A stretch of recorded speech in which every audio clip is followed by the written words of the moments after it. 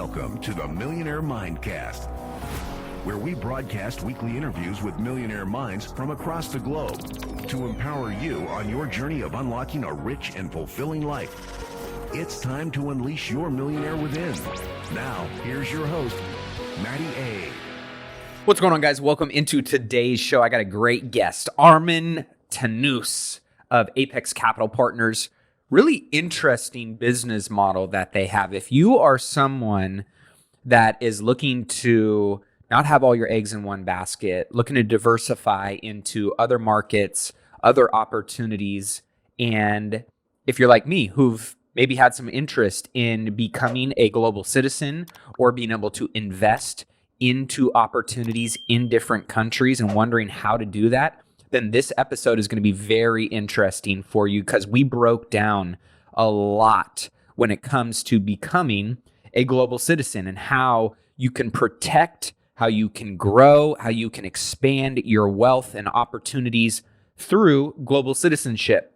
And this is something that it's not just for people that are looking to flee maybe a country that they're in and get into another country for a safe haven. This is for many different reasons, a unique and interesting strategy and opportunity to understand how you can get second passport or citizenship into different countries, and really how that can open up so many doors and opportunities in terms of investments, of banking, of taxation, of wealth preservation, networking on many different levels. So we broke down some of the mechanics and the criteria, the costs, the timelines, where certain, safe havens and or second citizenship, countries are and lie for people that may be interested in exploring what those can look like, and some of the trends and maybe some of the risks, some of the upsides, all the things that go into this particular path and strategy of wealth building. So as you guys know, I always love to explore all different types of ways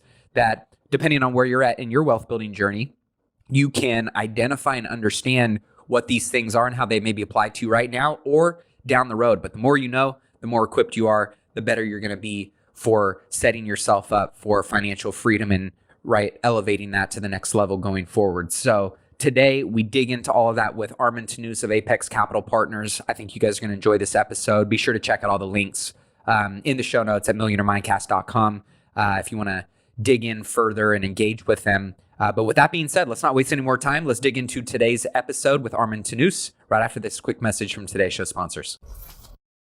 Well, I'm excited to welcome into the show Armand Tannous of Apex Capital Partners. How we doing, man? I'm doing excellent, man. How are you? I'm doing great, brother. My birthday is tomorrow. So, I'm going to be 1 year older, another trip around the sun.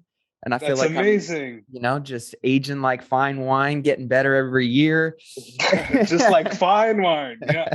Fine wine and a fine whiskey as well. That's right, dude. I'm actually looking at, had somebody just drop off a nice bottle of Japanese whiskey. So I'm probably going to be tapping into that this weekend, but I'm excited for our, conversation today. As you and I discussed, a lot of people that listen to our show are always interested in, playing the game of wealth, achieving it, preserving it, growing it, protecting it at the highest level that we possibly can. And as you and I both know, right, there's so many different ways and vehicles and strategies of going about that. And you guys at Apex Capital Partners, specialize in a very niche space that is very interesting and opportunistic for particular groups and people. And I know we're going to dig into that a little bit today, but why don't you tell us a little bit about yourself and Apex Capital Partners for those that may not know who you guys are? So, Matt, thank you for having me on the show. I really appreciate it. And I hope that we'll be able to dig in enough for there to be, some curiosity in regards of what we do. Absolutely. Obviously, citizenship by investment and residency by investment planning is a very, very, very niche industry. Okay. I would say, and before I jump into that, it's obviously niche. We're very aware of that. So myself, Armand Tannous, I'm Vice President at Apex Capital Partners for North America and Latin America. So I manage our side of the world in regards of being able to help clients as well as advise governments in regards of different immigrant investor programs. Now, I have a wealth management background. I was a wealth advisor at a Canadian financial institution prior to joining Apex Capital Partners. So I brought my experience and expertise in wealth management locally to Apex Capital Partners so that I can now cater to international clients, right? Whether it's, our US clients, our Canadian clients, our Mexican clients, our Latin American clients, Europeans, from the Middle East, and also from Asia. So cater to the world, right? Because as a global citizen myself, I need to help individuals and families become global citizens as well, if it suits them to become global citizens, right? Yep. Apex Capital Partners is a global leader in residency and citizenship by investment planning. We've been doing it since 1991. We're the oldest and yet most established firm in the investment migration industry. So we are the ones that have been doing it for the longest without a hiccup or a pause or whatever you like to call it, right? So the founder of our company, Nuri Katz, is one of the greatest entrepreneurs that I've ever met, and is a great mentor. So honestly, kudos to him. In regards, yeah, go ahead. I was gonna say real quick. You mentioned, your founder. What are some of the entrepreneurial characteristics that you love about him that you feel make him one of the greatest entrepreneurs you've ever been around? So to be quite honest, there are so many, but I'd like to point out a few. He knows. One thing is for sure is that he understands how to go about, being a real entrepreneur. And what is being a real entrepreneur? And you can add to what I have to say, obviously, because you are a real entrepreneur as well, right? And your viewers, they are real entrepreneurs as well.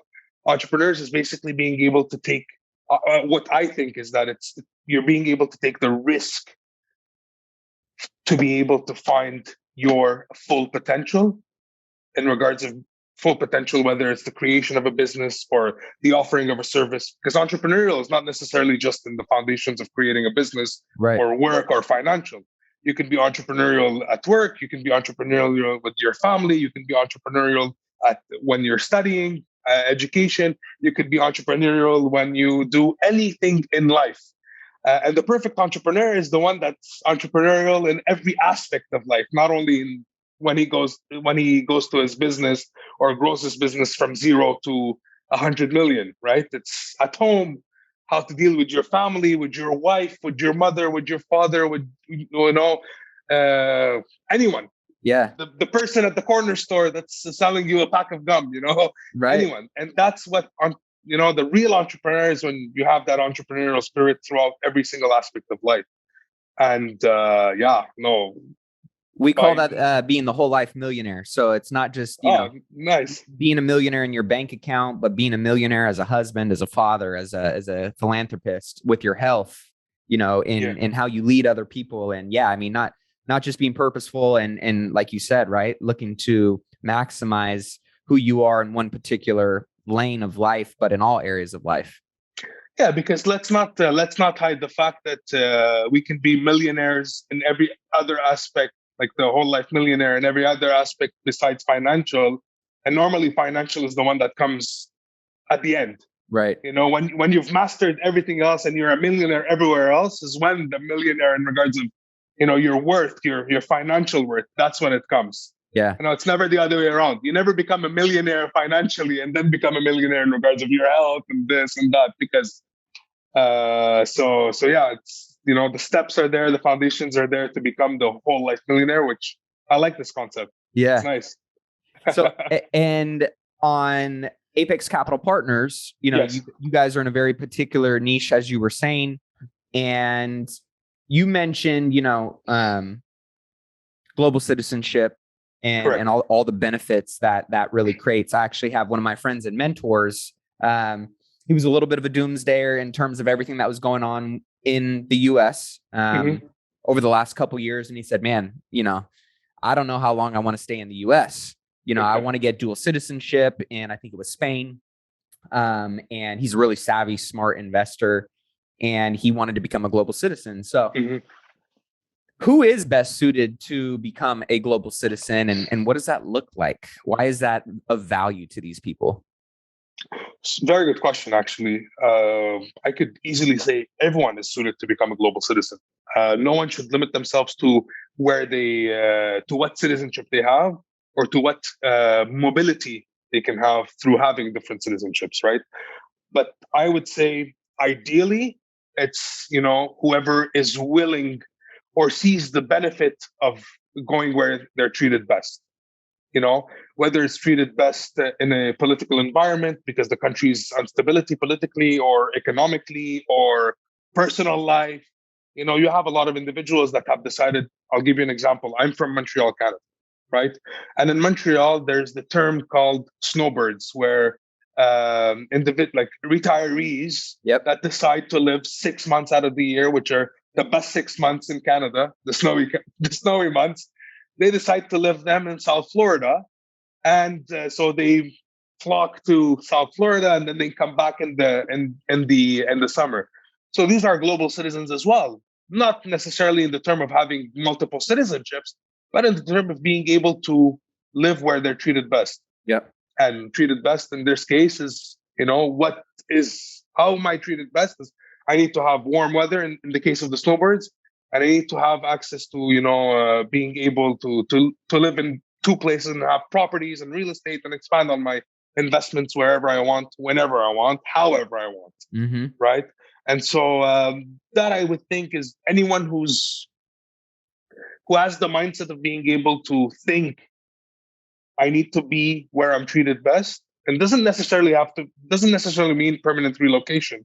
I mean, I'm sure your mentor hasn't permanently relocated to Spain, has he? No, he's still got a nice, pretty little pad in Malibu, California. So yeah, exactly. So it's always a plan B. Global citizenship is having a plan B. It's having access to something that others don't have access to. And normally this access comes through, whether it's citizenship by investment, where you get a citizenship by making an investment into the host country. It can come through residency by investment, where you make an investment in the host country and the country grants you a residency status.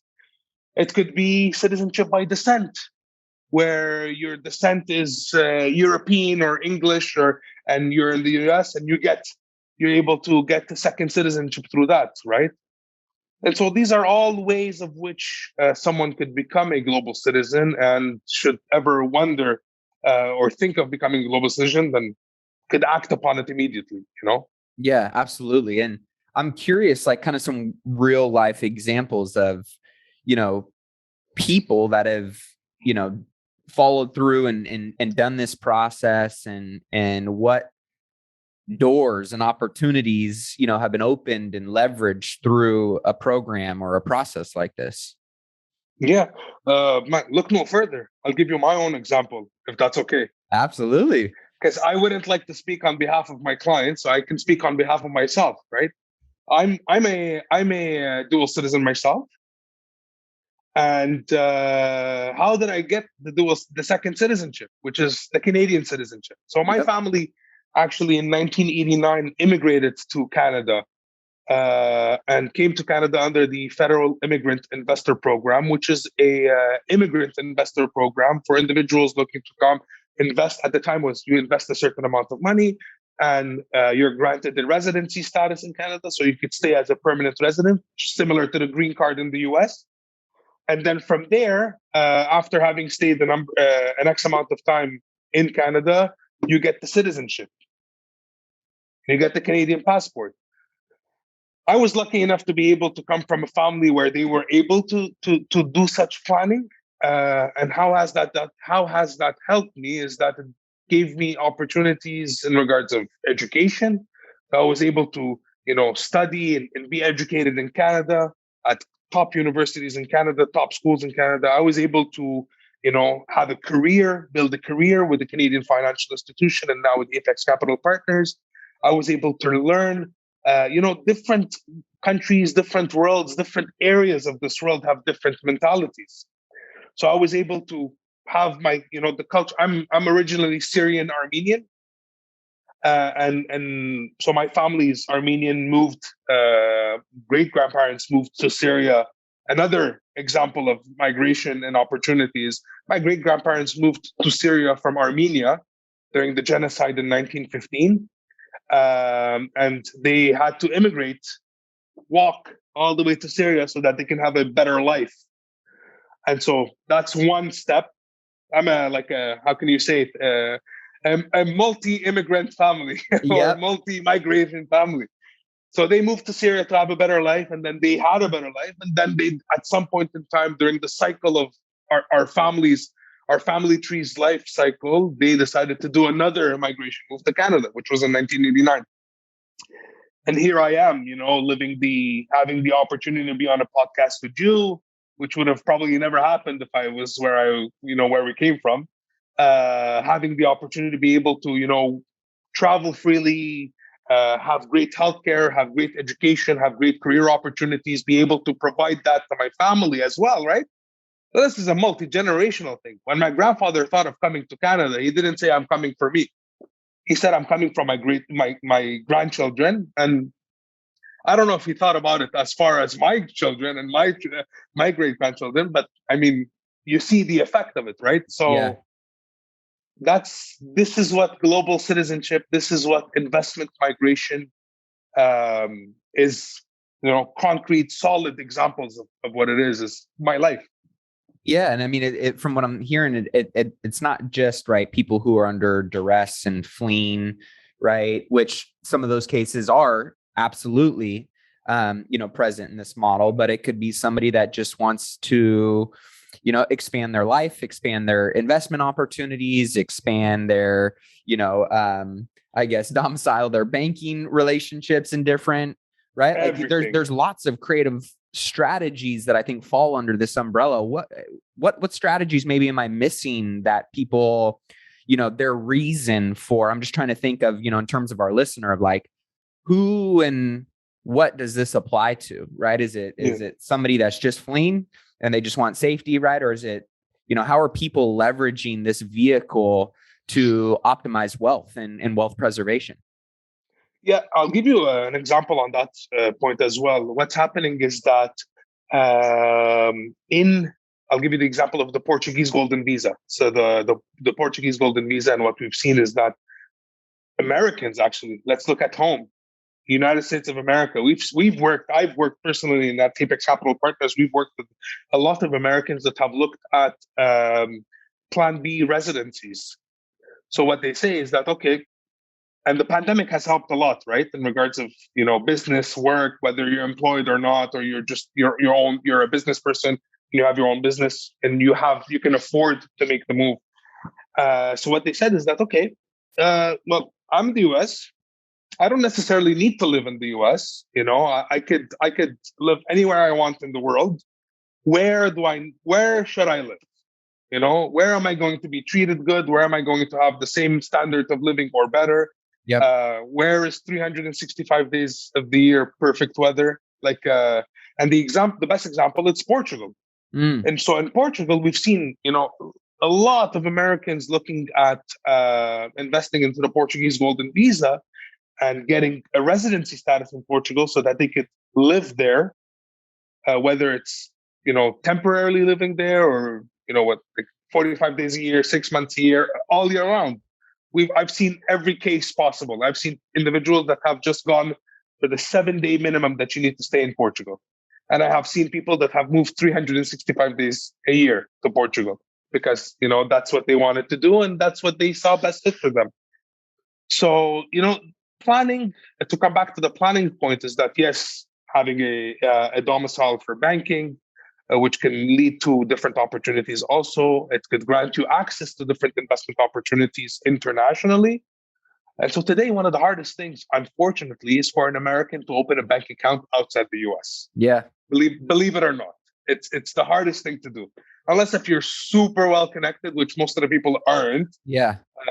It's super hard to open a bank account as an American outside the US. So just by having a residency status somewhere else, you can have that bank account. It doesn't mean the bank account opening doesn't mean that you're trying to, move assets for, illegal reasons. Right. Not at all. This is the small percent of people that do that we don't work with. Most of the time, it's just they want to have access to different investment opportunities, whether it's purchasing real estate in Europe, investing into investment funds in Europe or anywhere else in the world, or just simply diversifying where their cash is. Right.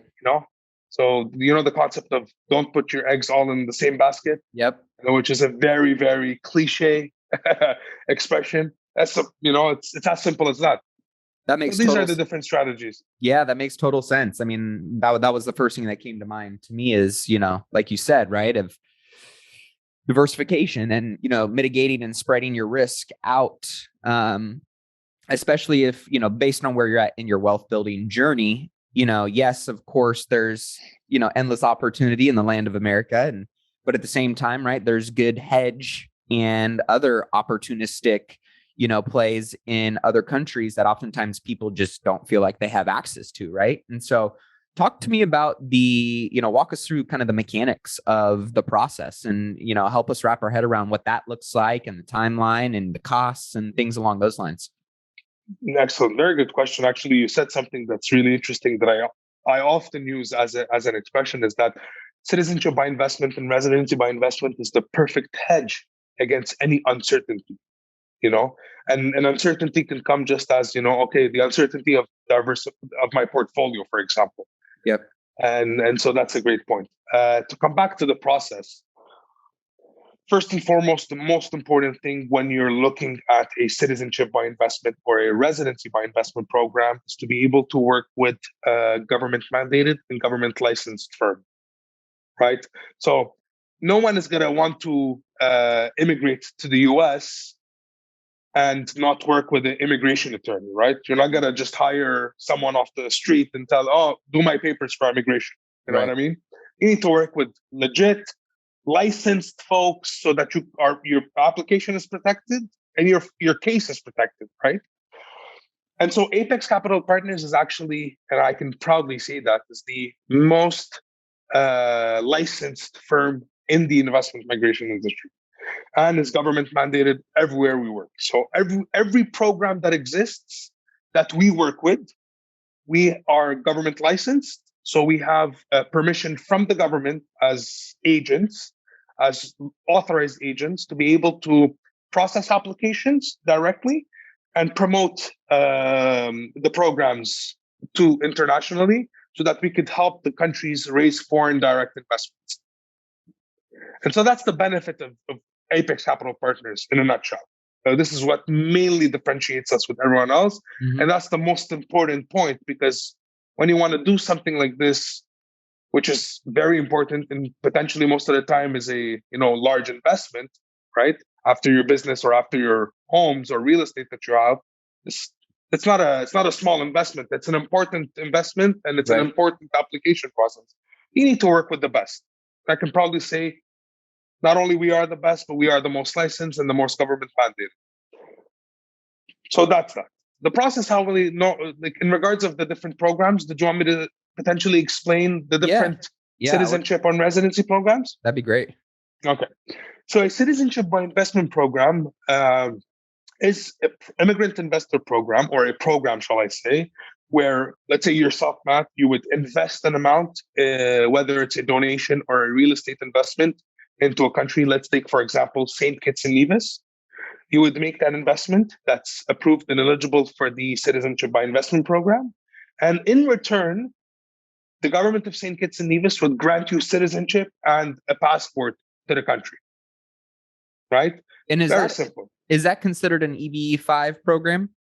EB-5 is exactly the same thing, but for the US. For the US, got it. So let's say I'm a European national and I want to come to the US and live in the US, right? Yep. So there's different ways. One of the most important ways is EB-5, where I make an investment through a regional center or direct EB-5 investment opportunity, and then I get, the process is very long at the EB-5 level, but then the concept is that I get my green card, and then I get my citizenship. Got it. Citizenship by investment is I don't have to wait to get a green card and get my passport. I get my passport immediately. Interesting. So that timeline is very compressed. I mean, what is the average timeline for something like that? Let's say it's a U.S. citizen looking to do right what you said. I think St. Same Kitts, right? continue. Yeah. So you're looking at a timeline of 3 to 4 months at most. Okay. From the beginning where we onboard the client and we do our due diligence in regards of, prior to onboarding the client. And then from the document collection, the application process, and making the investment, and then everything else that comes from the government. So the citizenship certificate being presented to if there's an approval of the application, that certificate being presented to the investor, to the applicant, and then the reception of the passport. Yep. 3 to 4 months. Got it. Okay. So that's one of the programs that you guys have, right? That's one of the programs. We work in all 5 jurisdictions in the Caribbean that offer citizenship by investment. We have offices in all of the 5 jurisdictions, and we're government mandated and licensed in all of the 5 jurisdictions. We also have similar programs to these that are not in the Caribbean, but that are in the EU, such as, Malta has a citizenship by investment program or immigrant investor program. Montenegro has a citizenship by investment program. Let me just add one point that's actually really important and you might find interesting, is that we do not only help clients, we're also trusted by governments in regards of being to provide government advisory for such programs. So at Apex Capital Partners, we've helped through the 3 decades of business that we've been running. We've helped governments create, such as structure, maintain, operate, and promote citizenship by investment programs. Very cool. I can give you 2 most recent examples. Montenegro, which is a citizenship by investment program of which we've assisted government in creating and promoting.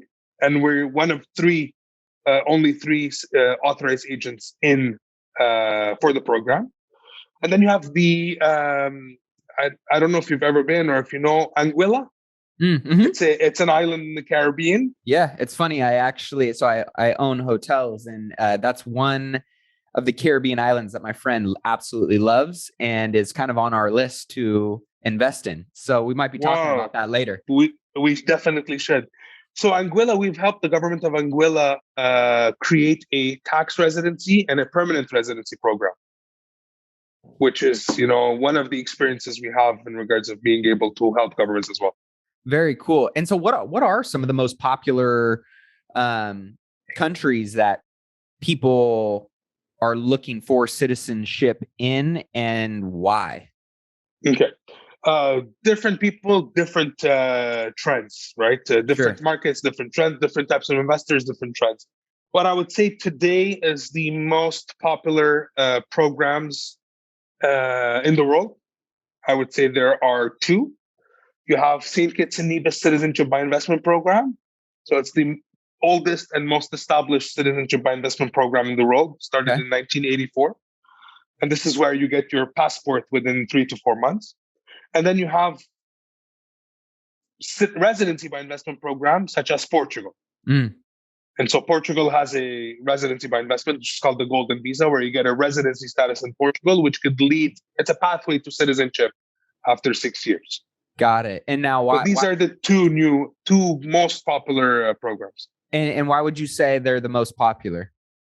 So in regards of St. Kitts, established citizenship gives you access to over 156 destinations visa-free. So let's say if you're a passport holder of St. Kitts, you could stay in the UK for 6 months out of the year. You can stay in Europe for 3 months out of the year. You could travel visa-free to everywhere else, So it's a great gateway and access to many different marketplaces and, 100%. Countries around the world. Okay. Yeah, and it's a great second citizenship. So you would have your top tier passport, let's say in your case, for example, US, or in my case, Canadian.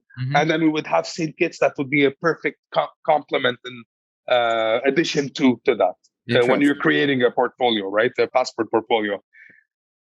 Portugal, on the other hand, it's a residency status that leads to citizenship. And it's a European citizenship. So it's, again, a top tier passport. What's actually really nice and interesting for Portugal and St. Kitts is that they're also very crypto friendly. And so what do I mean by crypto friendly is that, in regards of the different investments, in regards of how they're accepting, cryptocurrency as a currency, as an investment opportunity, as means to be able to purchase real estate.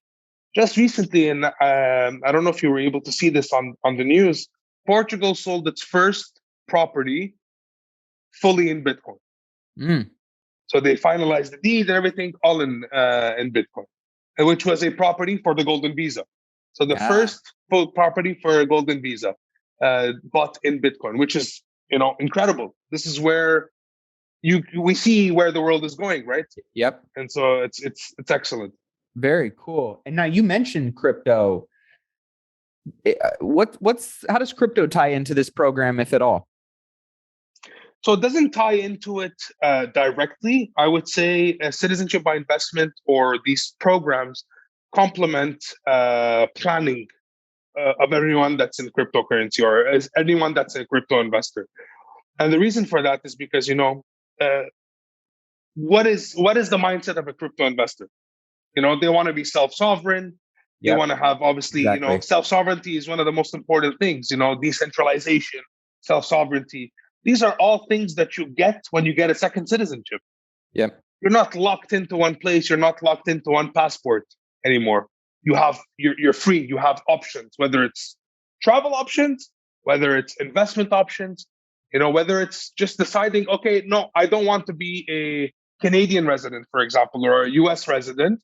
I want to be a European resident, for XYZ reason. Yep. So it's really self-sovereignty. It really meets, that's where they mesh in together, the cryptocurrency world and the citizenship by investment world. It's really self-sovereignty. Now, why are a lot of cryptocurrency investors or crypto investors looking at second citizenship? Because we've seen over 300% in surge in inquiries over the last year. Okay. And this is a huge number, to a point where I'm like, oh my God, I need to find a solution to be able to cater to everyone's inquiries. But no. Why? It's because there's a lot of uncertainty around cryptocurrency, right? Not specifically the crypto world itself, but everything that's around it, like government legislation, having access to different investments within the country, everything politically. Also, there's a lot of pressures on cryptocurrency. So all that uncertainty is creating somewhat of the need of being able to find a plan for everyone that holds cryptocurrency. What are we going to do if there is a capital gains tax put into place, there is a wealth tax, or there is if there is anything that negatively impacts our investment portfolios? What do we do? Look at El Salvador. They've put it as very crypto friendly. Very, very crypto friendly. So not everyone is like El Salvador. Obviously, you have always extremes in the world. You have the very conservative, and then you have the very not conservative. But Portugal, St. Kitts, Antigua, and Barbuda, which is another island in the Caribbean that's also crypto friendly.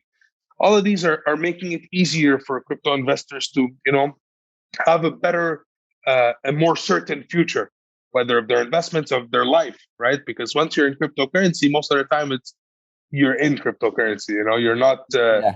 You're not just there. It's not just your toes that are there. It's you're swimming. Yes.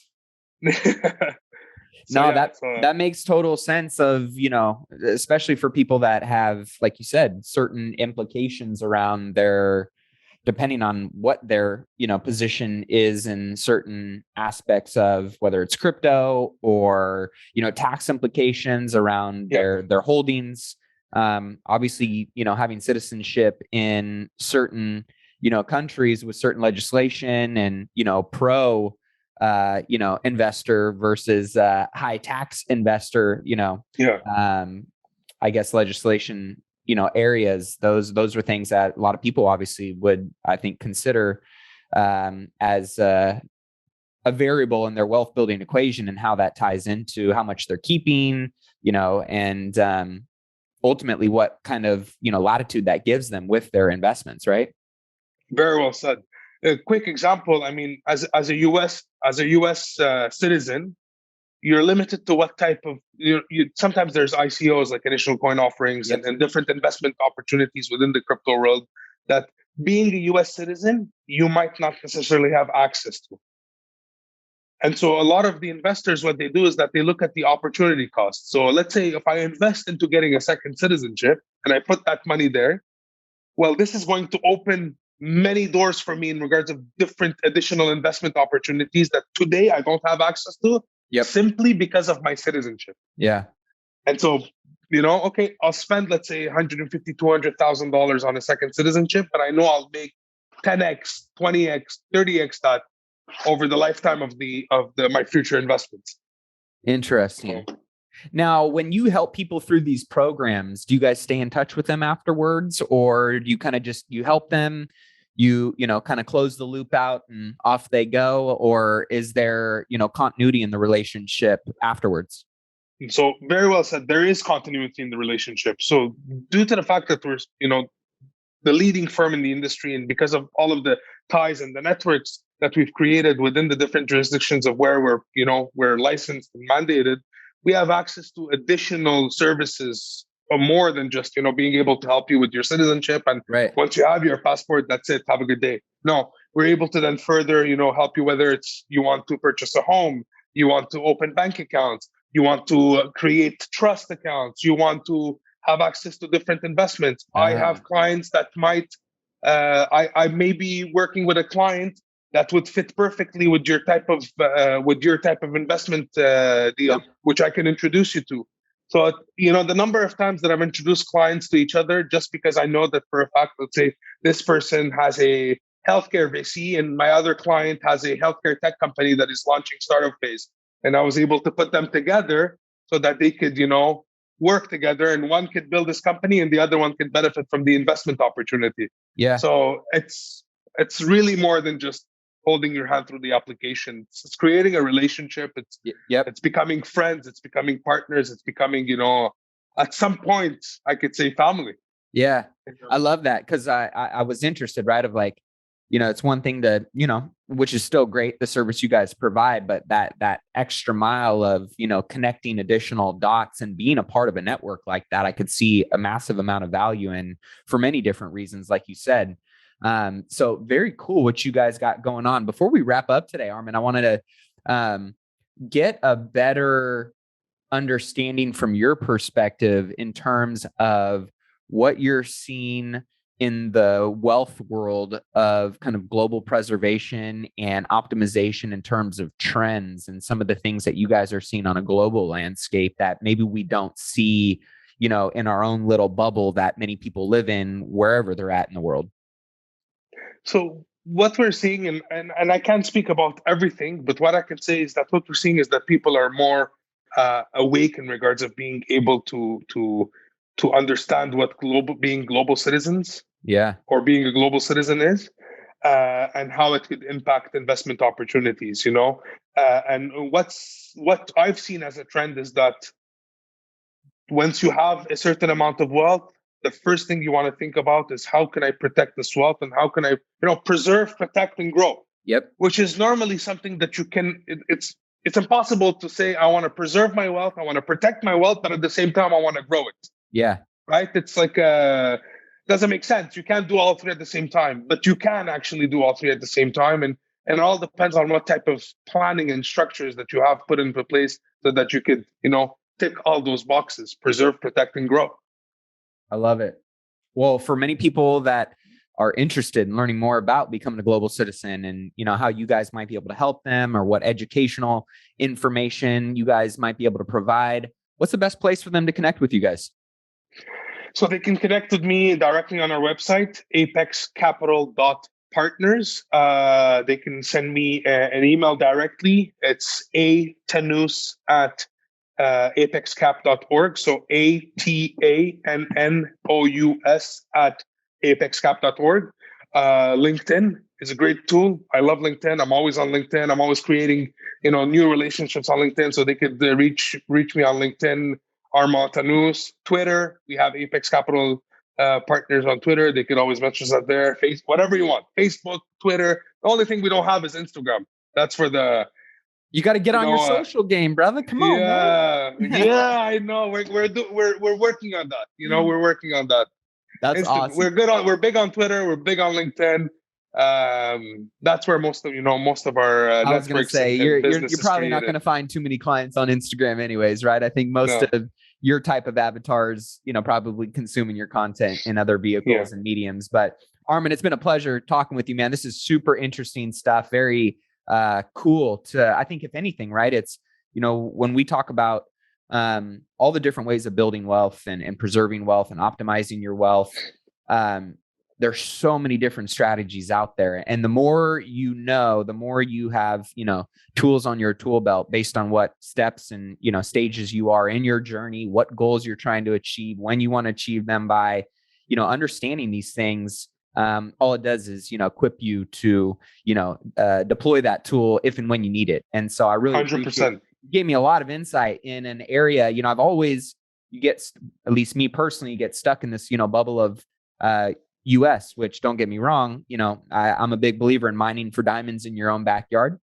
But at the same time, like you said, you don't want all your diamonds in, one safe, because if that gets cracked, then you're left holding the bag, or, you're exposed. And so global investment, one, just from my hospitality kind of, business and the world that I'm playing in, is very interesting to me to identify different investment opportunities in an international capacity, and for the many different reasons as well of citizenship and diversification and risk mitigation and all the other, benefits that come along with kind of global citizenship. Very insightful. And I appreciate you opening my eyes up to, this different path that not many people are talking and educating about. So if you guys enjoyed the show today, be sure to, leave a review in iTunes and check out the show notes on millionairemindcast.com for Armand's episode. We'll make sure to link up everything that you guys shared in the episode, so that way they can reach out and connect with you. And it's been a pleasure, brother. Thank you for your time today. Thank you, Matt. I really appreciate it. I appreciate the opportunity you've given me to be able to educate our viewers in regards of what is citizenship by investment and how you can benefit from it.